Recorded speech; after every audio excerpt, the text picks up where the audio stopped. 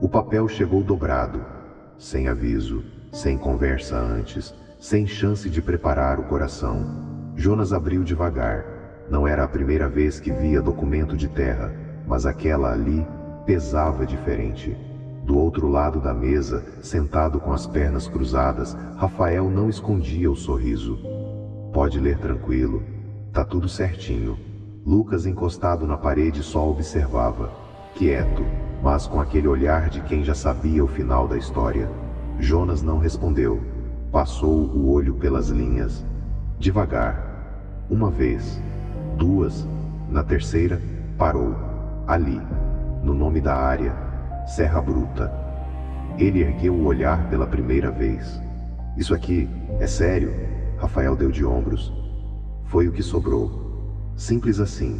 Sem peso, sem vergonha, sem respeito. A sala ainda tinha as coisas do pai. O chapéu pendurado, a cadeira vazia, o relógio que ninguém teve coragem de parar. Mas parecia que tudo ali já não pertencia mais a ele, porque na prática não pertencia mesmo. As melhores partes da terra já tinham dono. Água, pasto, casa, tudo dividido antes mesmo daquela reunião existir. E para Jonas, pedra, altura, terra dura, um pedaço esquecido no alto de uma serra que ninguém nunca quis trabalhar, um lugar onde nem o vento parava direito. Jonas fechou o papel, devagar, sem amassar, sem jogar na mesa, só dobrou, como recebeu. Colocou no bolso e levantou. Já vai? Rafael perguntou meio rindo. Jonas só respondeu uma coisa, já entendi, e saiu. Lá fora, o calor vinha de baixo, subindo da terra seca, pesando no ar. Ele caminhou até a cerca velha que dividia as áreas, parou e olhou para a serra, longe, cinza, dura, abandonada. Qualquer outro ali ia reclamar, ia discutir, ia brigar, mas Jonas não. Porque quem cresce no chão aprende cedo uma coisa: a terra não responde grito, ela responde insistência. Ele passou a mão na madeira da cerca, respirou fundo e deu um meio sorriso, pequeno, quase imperceptível, mas carregado, porque enquanto todo mundo via fim, ele sentiu outra coisa ali. Não era esperança ainda, mas também não era derrota, era pressentimento. Se você já recebeu menos do que merecia, ou se a vida já tentou te empurrar para o canto mais difícil, faz o seguinte, deixa o like agora e me conta aqui embaixo de onde você está ouvindo essa história. Porque o que começa errado, às vezes, termina grande. Jonas era o tipo de homem que não fazia barulho. Nunca fez, nem quando era criança, nem quando virou homem, nem quando ficou. Porque dos 3 irmãos, só ele ficou. Enquanto Rafael foi para a cidade estudar e Lucas tentou sorte em tudo quanto é lugar, Jonas ficou na terra, com o pai, aprendendo no olho, no erro, na prática. Ele sabia quando vinha chuva antes do céu mudar. Sabia quando o solo estava cansado só de pisar. Sabia ouvir o silêncio da terra. E isso não se aprende em livro. O pai sabia disso, mas errou feio em uma coisa. Achou que caráter dos filhos era igual. E não era. A doença veio sorrateira. Primeiro esquecimentos, depois confusão, depois dependência. E no final, fragilidade. Jonas segurou tudo, sozinho, sem plateia, sem reconhecimento. Enquanto isso, os outros 2 só apareciam quando dava, e quando apareciam, sempre traziam papel. Jonas via, mas não falava, porque acreditava que no final as coisas se acertam. Só que tem uma verdade que ninguém gosta de ouvir: o mundo não é justo na largada. O pai morreu cedo numa manhã quieta, sem despedida grande, sem última lição, só silêncio. E dias depois, veio a divisão. E ali, Jonas deixou de ser herdeiro e virou espectador da própria história. A Serra Bruta não enganava ninguém. O nome já avisava tudo: pedra solta, terra dura, vento seco que cortava a pele. Nada ali parecia querer vida. Jonas subiu com o que tinha, algumas ferramentas, madeira velha, um pedaço de lona. Não era casa, nem de longe, era abrigo, daqueles que só servem para uma coisa: não deixar o homem desistir no primeiro dia. Na primeira noite, o silêncio foi pesado.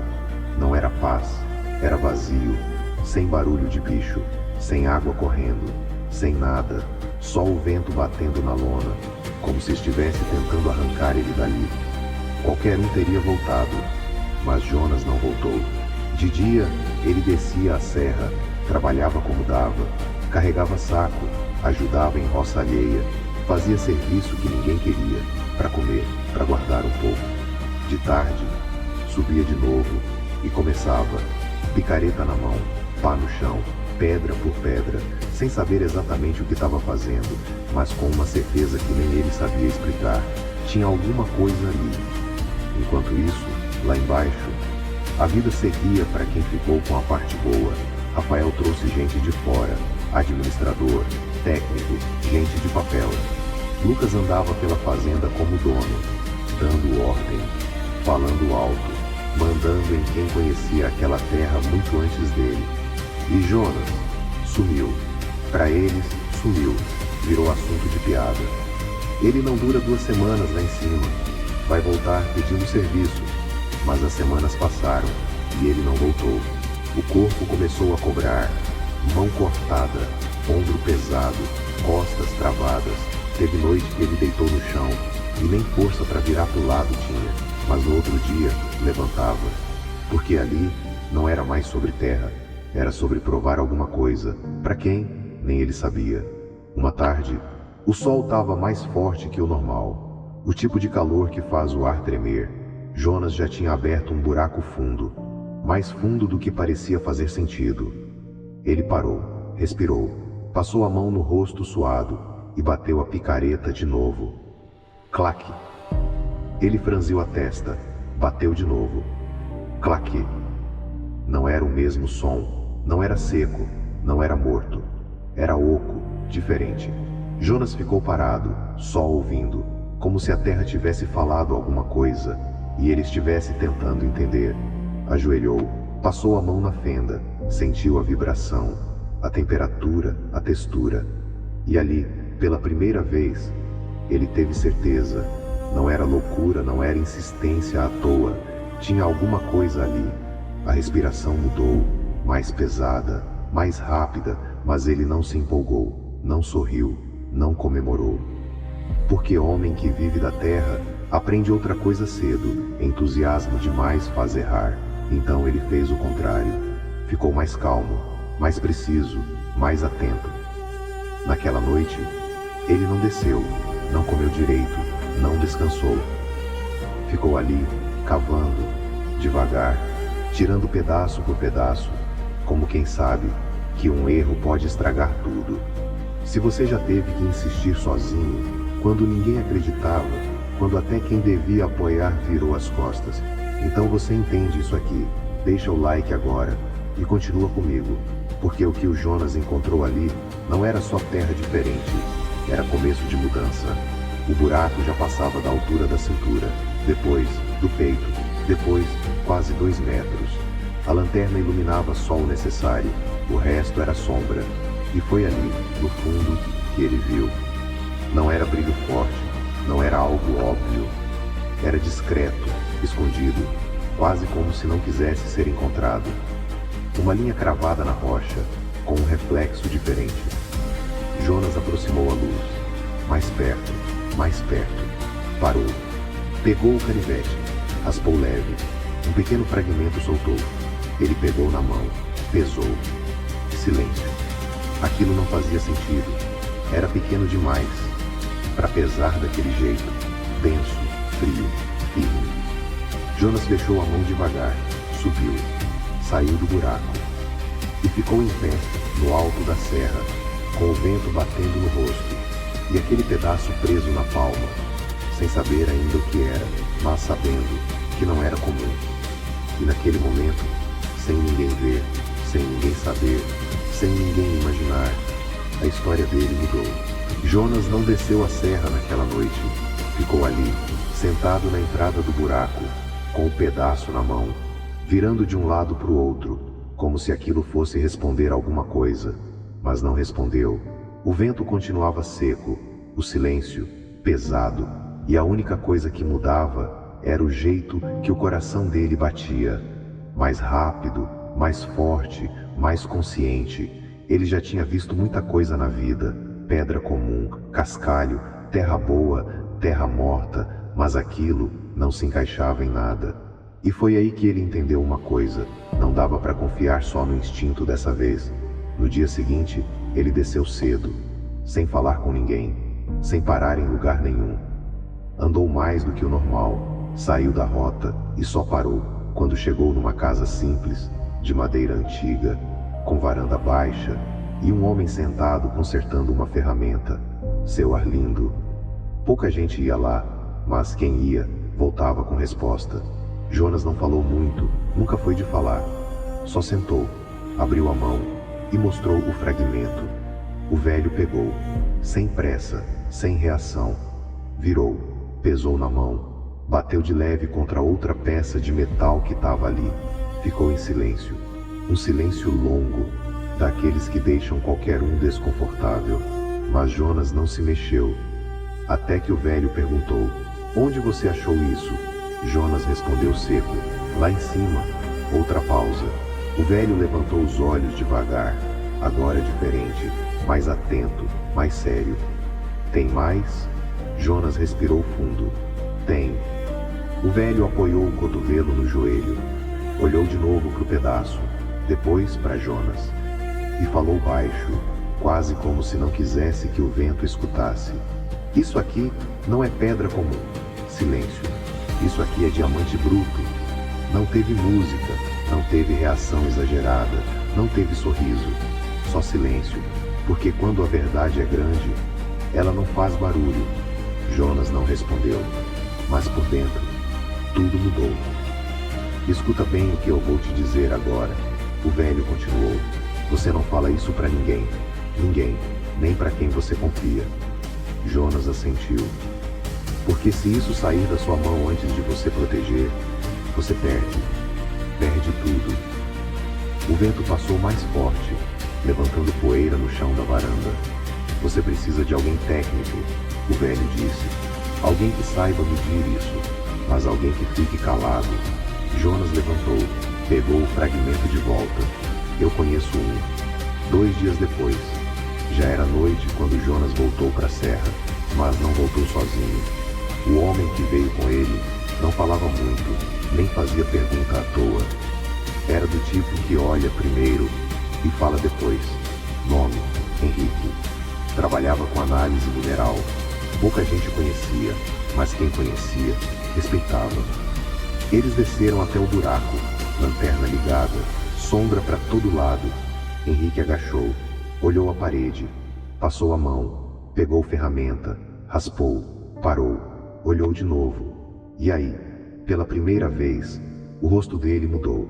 Não foi choque, não foi euforia. Foi algo pior. Foi consciência. "Você tem ideia do que é isso aqui?" Jonas respondeu sem emoção. "Tenho uma suspeita." Henrique respirou fundo, olhou ao redor, como se o lugar tivesse ouvido demais. "Isso aqui não é um ponto isolado." Silêncio. "Isso é um veio." Mais silêncio. "E não é pequeno." O ar ficou pesado. "Pelo tipo de formação, pelo alinhamento, isso pode se estender por toda essa área." Jonas ficou quieto, mas por dentro, já não era mais o mesmo homem. "Você entende o que isso significa?" Henrique perguntou. Jonas respondeu baixo. "Tô começando a entender." Henrique ficou sério, mais sério do que antes. "Então entende isso também. Se alguém descobre antes de você regularizar isso, você perde. Simples assim.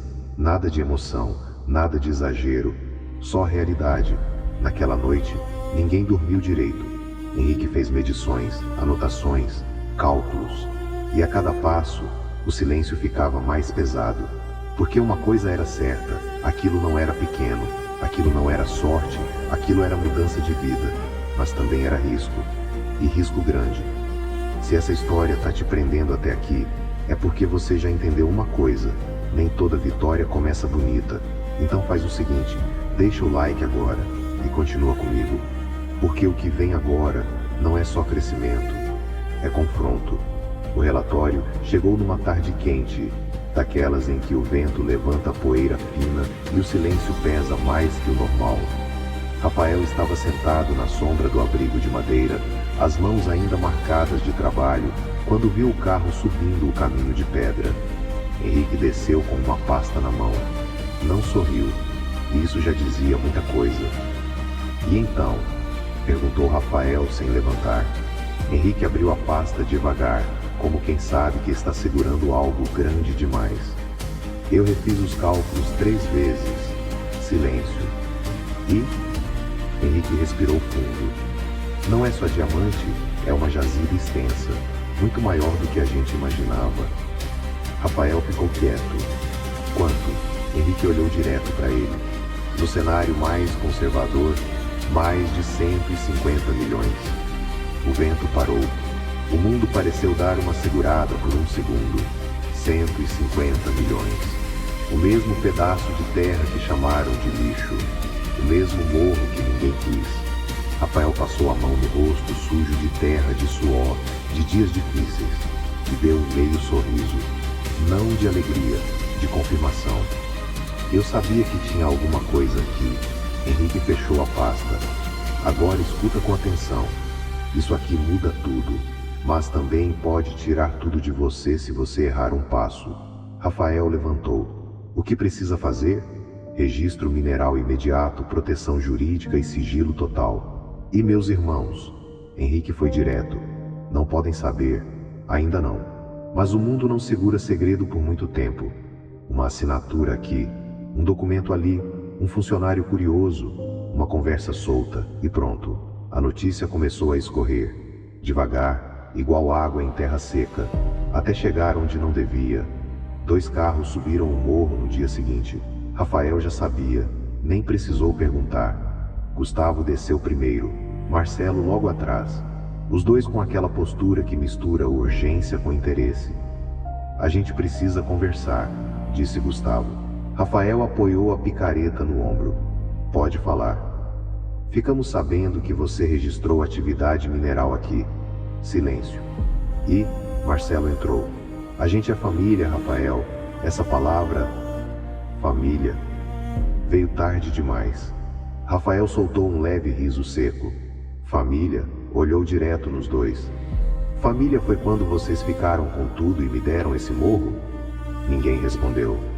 Ou quando me ofereceram salário de peão? Peso no ar. Gustavo tentou contornar. A gente pode resolver isso. Juntos. Juntos?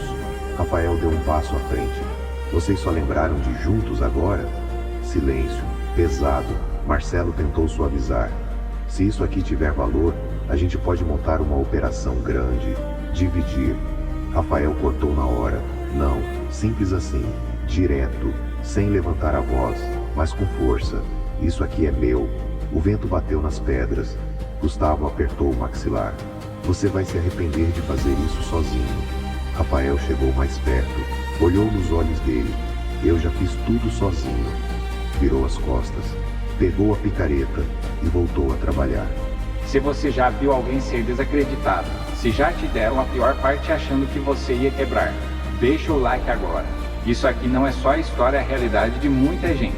E me conta aqui embaixo, de onde você está ouvindo essa história. Eu quero saber até onde isso aqui está chegando. Naquela noite, Rafael não dormiu. Ficou sentado do lado de fora do abrigo, olhando o morro, as pedras, o silêncio, pensando no pai, pensando se aquilo tudo foi acaso, ou escolha, se aquele pedaço esquecido, na verdade nunca foi esquecido, só estava esperando o filho certo.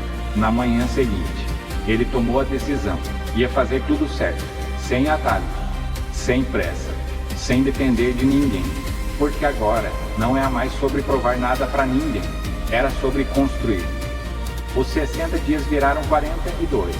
Rafael não perdeu tempo. Enquanto muita gente ia comemorar, ele foi trabalhar. Advogado, documentação, registro mineral, licenças, tudo no nome dele, tudo certo, sem brecha, sem erro, porque agora ele já tinha entendido uma coisa: não bastava descobrir, tinha que proteger. O silêncio que anuncia a virada. Durante semanas o morro continuou igual por fora: pedra, cascalho, Silêncio. Mas por dentro, tudo já tinha mudado. Henrique voltou com o laudo final, dessa vez sem pausa. Confirmado. Rafael só olhou. É uma das maiores jazidas da região. Respirou. E o valor real? Uma pausa curta. Passa de 200 milhões. Dessa vez Rafael não reagiu. Nem sorriso, nem surpresa. Só ficou olhando para o chão.